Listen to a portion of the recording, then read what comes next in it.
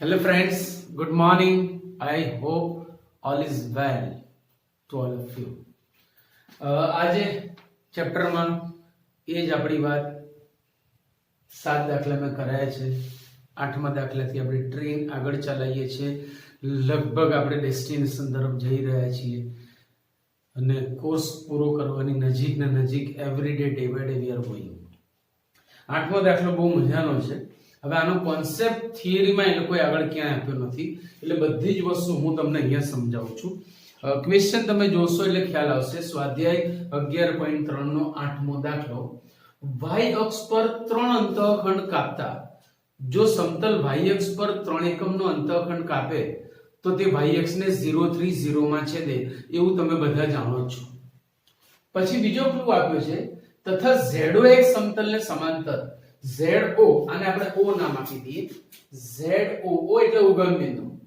ZO એક સમતલને સમાંતર. આ આપણું ZO એક સમતલ છે એટલે માંગેલું સમતલ પણ આમ થશે અને આ y અક્ષ છે. y અક્ષને જ માત્ર છેદે છે આપણું સમતલ, બીજા કોઈને છેદતું નથી. તો આ દાખલો આમ તો 2-3 રીતે કરી શકાય, એક નહીં 2-3 રીતે. હું બે રીત તમને સમજાવું છું. એક રીત MCQ માટે શાયદ તમને ગુજસેટ JEE માં કે પહેલા 50 MCQ માં પૂછાય તો કામ આવશે, અને બીજી રીત અગર સબ્જેક્ટિવ માં દાખલો પૂછાય તો થોડીક નાની રીત છે, આપણે લખી શકીએ. બરાબર છે.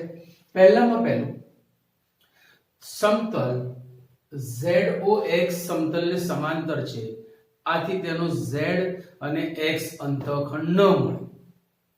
વળી y અંતઃખંડ 3 છે માટે x/a + y/b + z/c = 1 પરથી તમને z અને x વાળું પદ નહીં મળે. જો સમતલ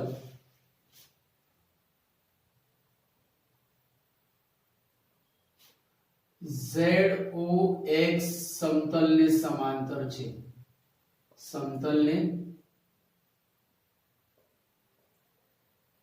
સમાંતર છે, આથી તેના x અને z અંતઃખંડો ન મળે. વળી તેનો y અંતઃખંડ 3 છે માટે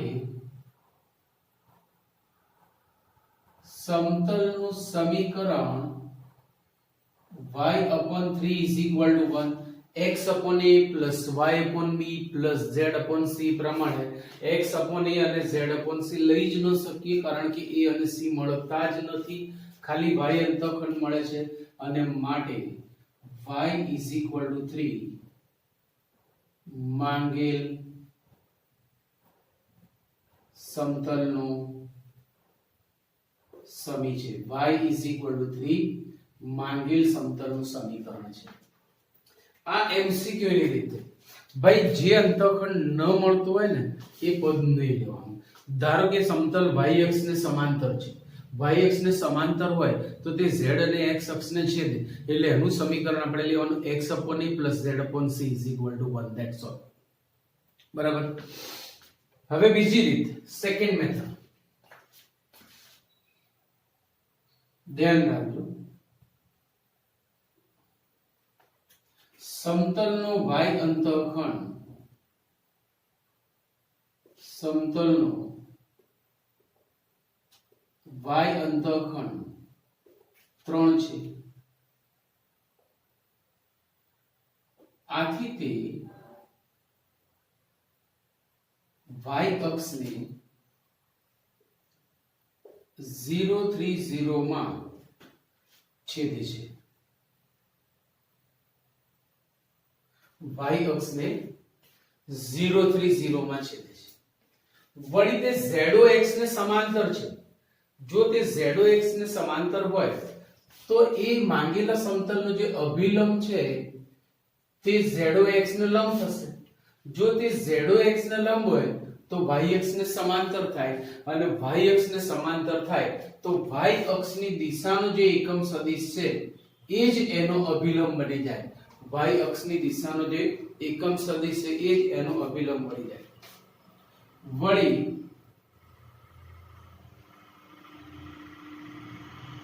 માંગેલ સમતલ ZOX ને સમાંતર છે. આથી તેનો અભિલંબ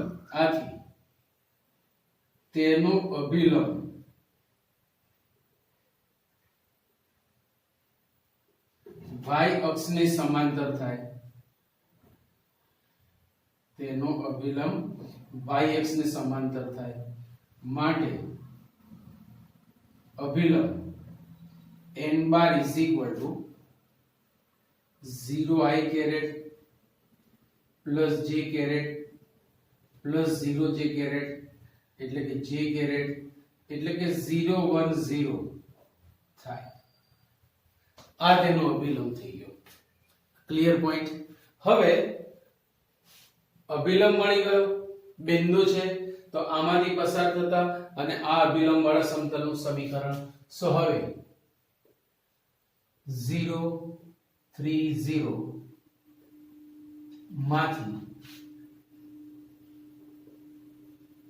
પસાર થતા તથા n bar is equal to 0 1 0 અભિલંબ વાળા સમતલનું સમીકરણ r bar dot n bar is e bar dot n બાર જે તમારા માટે ઈઝી રહેશે.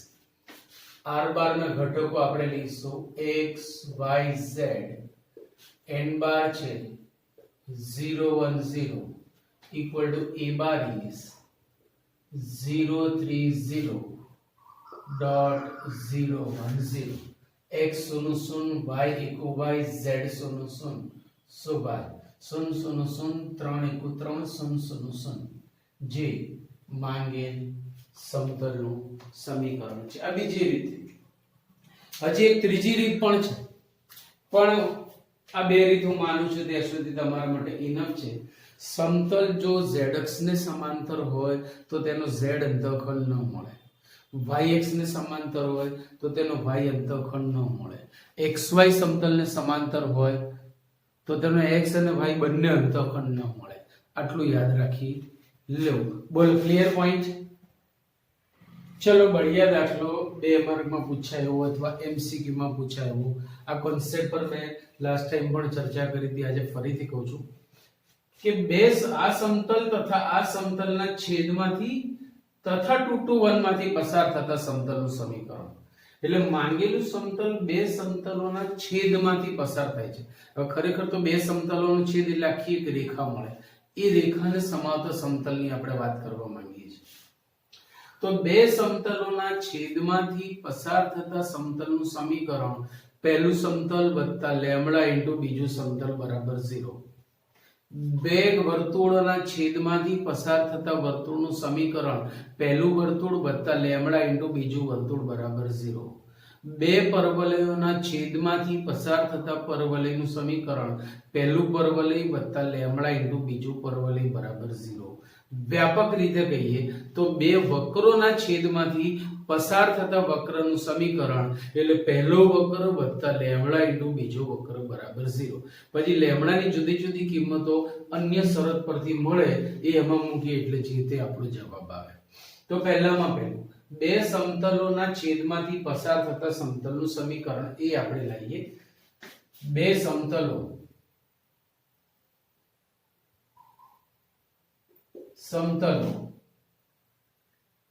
3x minus y plus 2z minus 4 equal to 0 तथा x plus y plus z minus 2 equal to 0 ના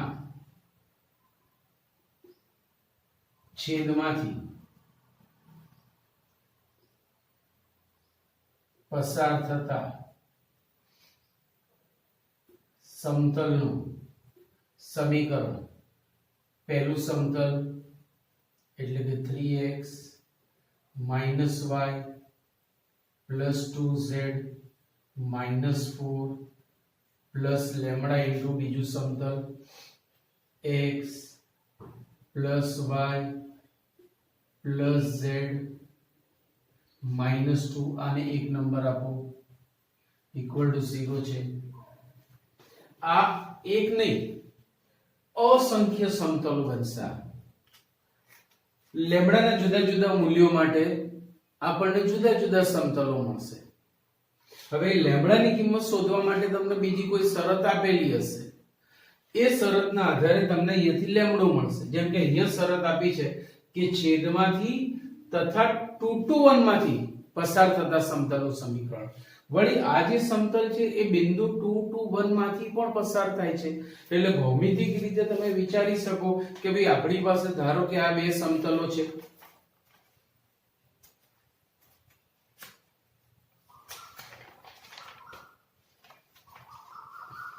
આ આજુબાજુવાળા બે સમતલો છે, આજુબાજુવાળા બે સમતલો છે.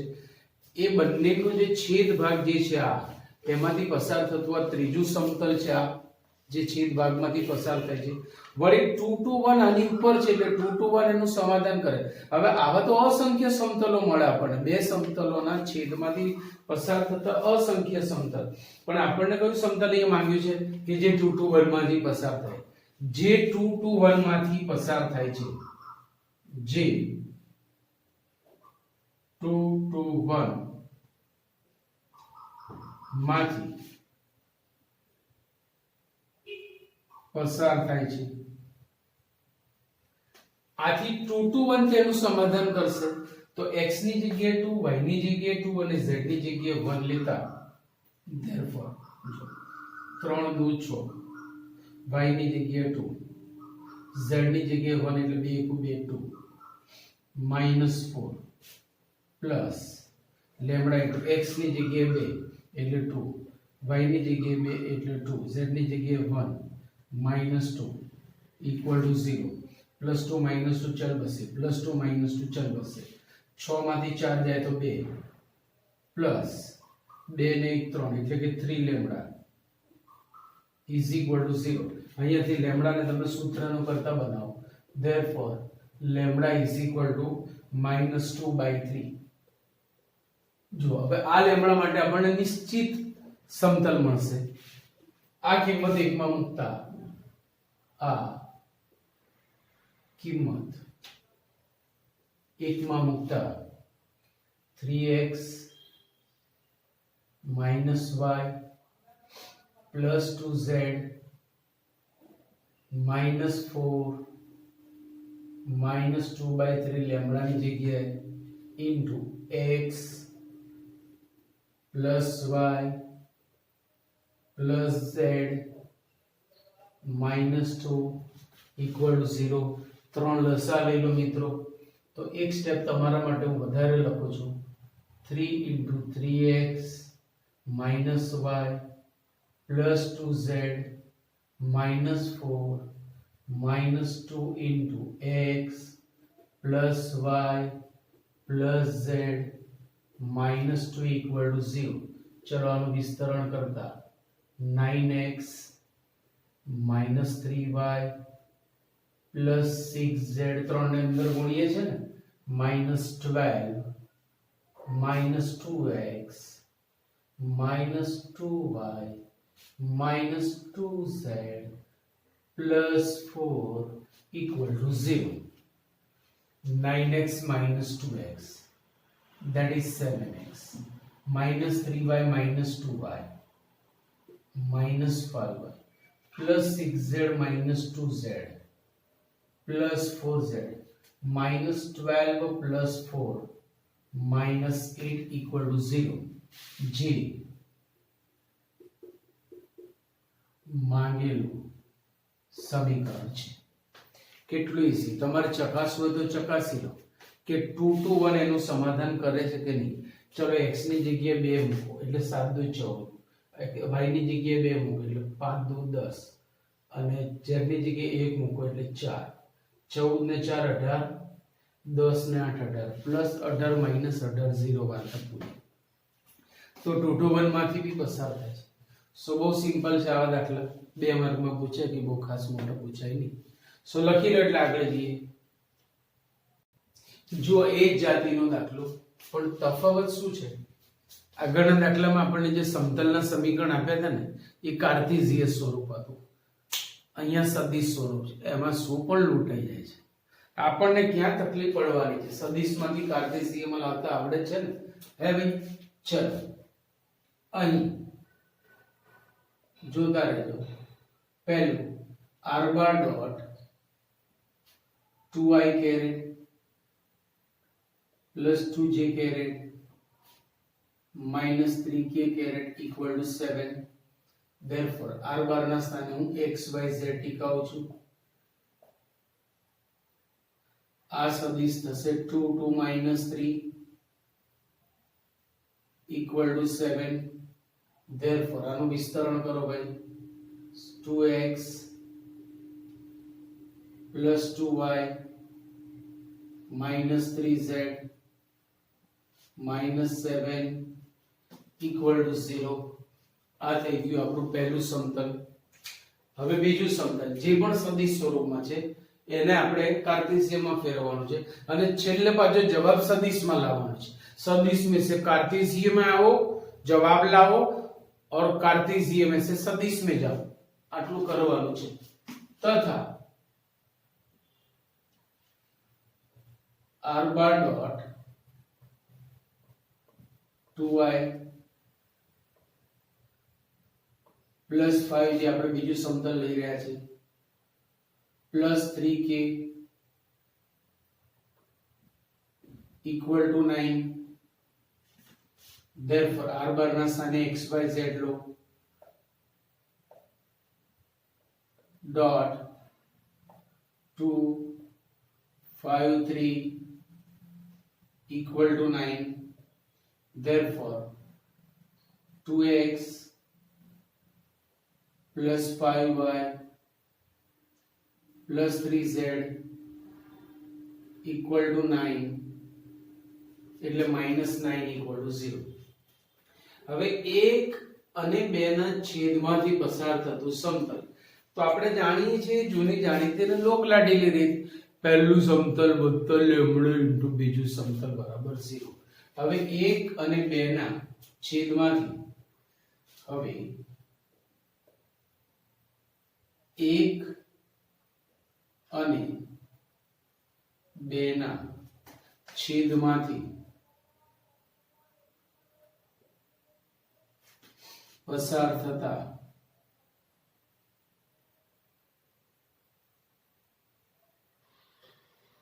સમતલનું સમીકરણ. પહેલું સમતલ એટલે કે 2x plus 2y minus 3z minus 7 minus 3z minus 7 plus lambda. લેમ્બડાની જગ્યાએ તમે k લખો, મ્યુ લખો, કઈ બી નવો પદ લખો. વત્તા બીજું સમતલ એટલે 2x plus 5y plus 3z minus 9 equal to 0. Number 3. આ બંનેના છેદમાંથી પસાર થતું સમતલ આ જે 213 માંથી પણ પસાર થાય છે. જે 213 માંથી પસાર થાય છે. આથી 213 તેનું સમાધાન કરશે એટલે x ની જગ્યાએ 2, y ની જગ્યાએ 1 ને z ની જગ્યાએ 3 લેતા જુઓ.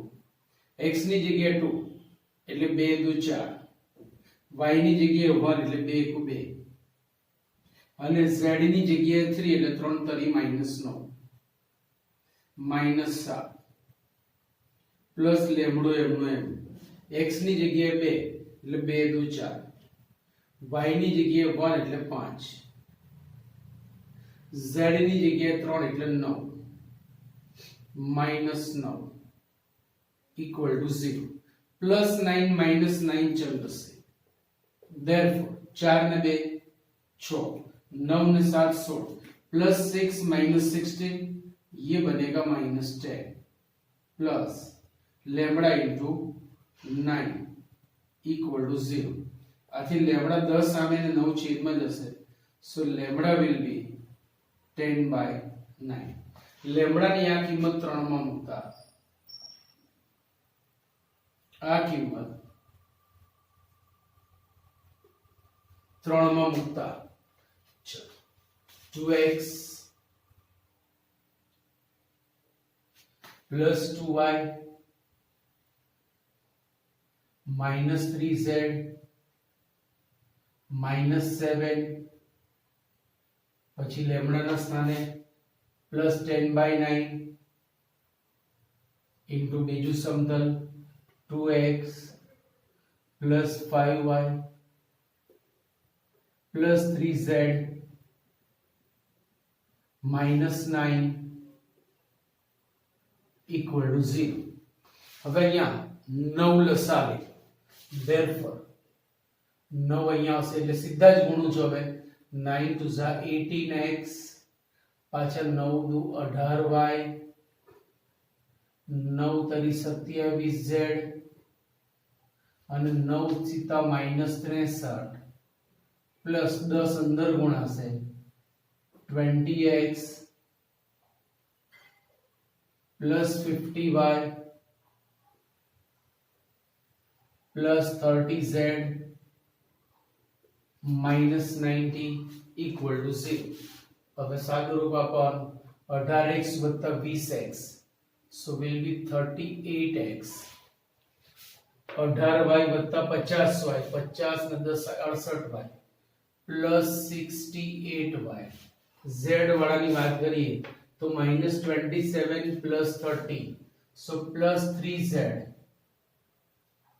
અને અચળ પદોની વાત કરીએ -63 -90 10 આને આપો એટલે -153 -153 equal to 0। પણ હવે જવાબ પાછો સદિશ સ્વરૂપમાં માંગ્યો છે। સદિશ સ્વરૂપ લાવવા માટે જો આપણે આ નામ લખીશું, therefore 38x plus 68y plus 3z is 153। આનું સદિશ સ્વરૂપ થશે r બાર ડોટ। હવે જે xyz ના સહગુણકો છે એ હંમેશા અભિલંબના ઘટકો હોય છે, એટલે અહીંયા આવશે 38i plus 68j plus 3k equal to 153 જે માંગેલ સમીકરણ છે। કઈ દમ નથી ભાઈ, ખાલી સ્વરૂપ બદલવાનું છે ને તમને એ પણ આવડે છે। હવે બઢિયા દાખલો છે, આમાં એક થોડુંક નાનું એક નવું સ્વરૂપ તમને જાણવા મળશે। પહેલું તો એવું કીધું છે કે બે સમતલોના છેદમાંથી પસાર થતું સમતલ મેળવો। વળી જે આ સમતલને લંબ છે એટલે જે માંગેલ આ ધારો કે આપેલું સમતલ છે અને આ માંગેલું સમતલ છે। જો બે સમતલો લંબ હોય ને તો તમે જોઈ શકો છો કે તેમના અભિલંબો પણ લંબ થાય। જો સમતલો લંબ હોય તો તેમના અભિલંબો પણ લંબ થાય। એટલે ત્યાંથી આપણું કામ આસાન થવાનું છે। એટલે અત્યાર સુધી આગળના બે દાખલામાં આપણે બિંદુ આપતા હતા, અહીંયા એક નવો ક્લુ આપ્યો છે સમતલ મેળવવાનો।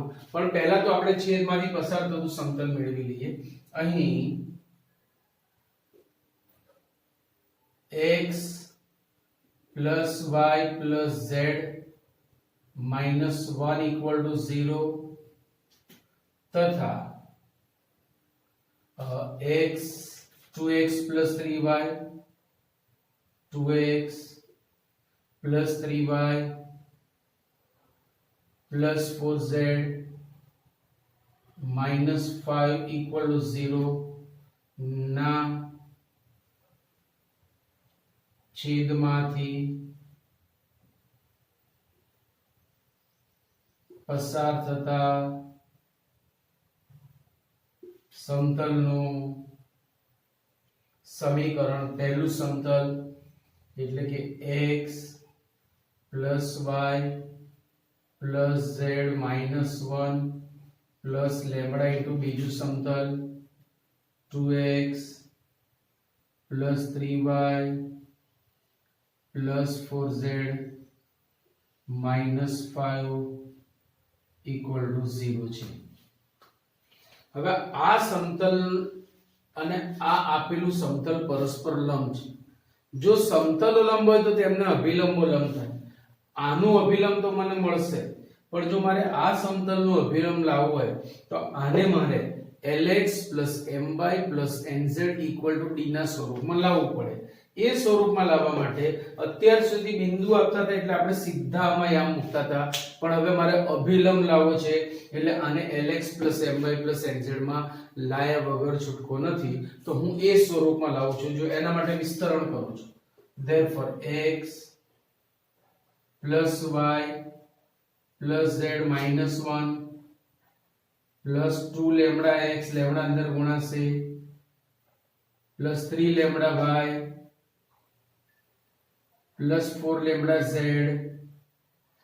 minus 5 lambda equal to 0. હવે x વાળા પદોમાંથી x કોમન લઈએ તો therefore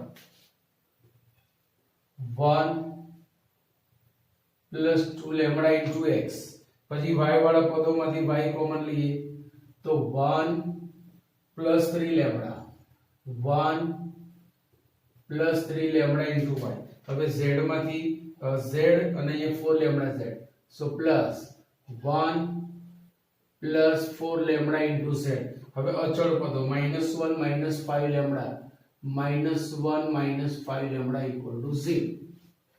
તો આને તમે lx my nz equal to d ના સ્વરૂપમાં ફેરવી શકો, જેનો અભિલંબ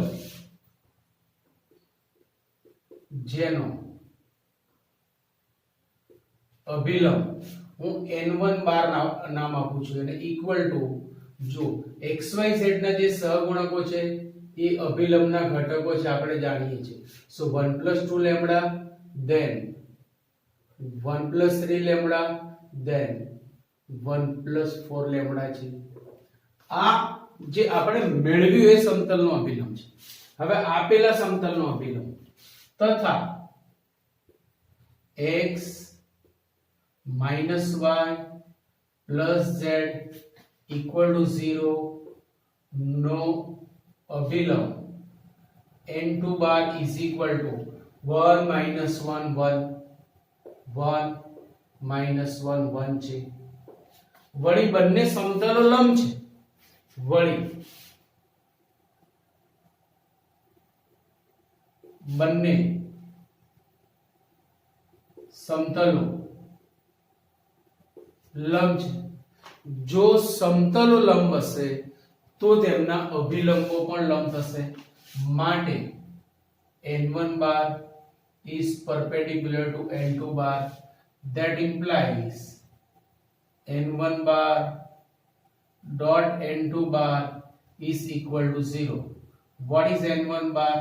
એ છે આપણી પાસે 1 plus 2 lambda 1 plus 3 lambda 1 plus 4 lambda dot n2 bar છે 1 minus 1 1 equal to 0. चलो डॉट प्रोडक्ट થી આનું સાદું રૂપ આપો. So 1 plus 2 lambda into 1, that is 1 plus 2 lambda. 1 plus 3 lambda into minus 1, so minus 1 minus 3 lambda plus 1 plus 4 lambda equal to 0. That implies, જો 4 ને 2 6 માંથી 3 જાય તો 3 lambda. 1 minus 1 plus 1, एक एक वन चल बसा, एक वन बच गया. So that implies lambda is equal to minus 1 by 3. હવે લેમ્બડા ની આ કિંમત અહીંયા ટીકાઈ દો. આમ તો આમાંય મુકાય પણ એ બહુ બધી જગ્યાએ મૂકવી પડશે. અહીંયા બહુ બધી જગ્યાએ, જ્યારે અહીંયા એક જ જગ્યાએ, સો આપણે આમાં મૂકીશું. આ કિંમત 3 માં મૂકતા, આ કિંમત 3 માં મૂકતા x plus y plus z minus 1 plus lambda એટલે -1/3 into 2x plus 3y, 2x plus 3y plus 4z minus 5 equal to 0. હવે ત્રણ લસાવીને આટલું કામ તો તમને આવડે નહીં યાર. सो इतना तो आपके लिए बनता ही है. લખી લો એટલે આગળ જે બેટા. ઓકે, આ સ્વાધ્યાયનો છેલ્લો દાખલો 12 અને 13 ઓમિટેડ છે એટલે આપણે સીધો 14 માં લઈએ છીએ. and this is the last sum of this exercise. in the next lecture we will start miscellaneous exercise. બરાબર? ઓકે, હવે આનું સૂત્ર તો તમારી પાસે છે જ. બિંદુથી સમતલનું લંબ અંતર આપણે એને બે ભાગમાં વહેંચેલું છે. જુઓ, પહેલું બંને સૂત્રો અહીંયા બતાવી દઉં છું. a x1 y1 z1 થી lx plus my plus nz plus d equal to 0 નું લંબ અંતર is મોડ. હવે xyz ની જગ્યાએ બિંદુના યામટી કહી દેવાના, મતલબ lx1 plus my1 plus nz1 plus d upon under root l square plus m square plus n square. જો તમને અચળ જમણી બાજુમાં આપ્યો હોય તો એને ડાબી બાજુમાં લઈને સૂત્ર લગાડવાનું, પ્લસ માઈનસ ની તમે ચિંતા કરતા નહીં. એના પછી o 0 0 0 થી, હવે 0 0 0 તમે લેશો ને તો સૂત્રનું આ જ છે ભાઈ, ખાલી x1 y1 z1 ની જગ્યાએ તમારે 0 0 0 થી કહી દેવાના છે. તો o 0 0 0 થી lx plus my plus nz plus d equal to 0 નું લંબ અંતર is. હવે આ બધું 0 થઈ જશે, માત્ર d બચેગા. so mod d upon under root l square plus m square plus n square.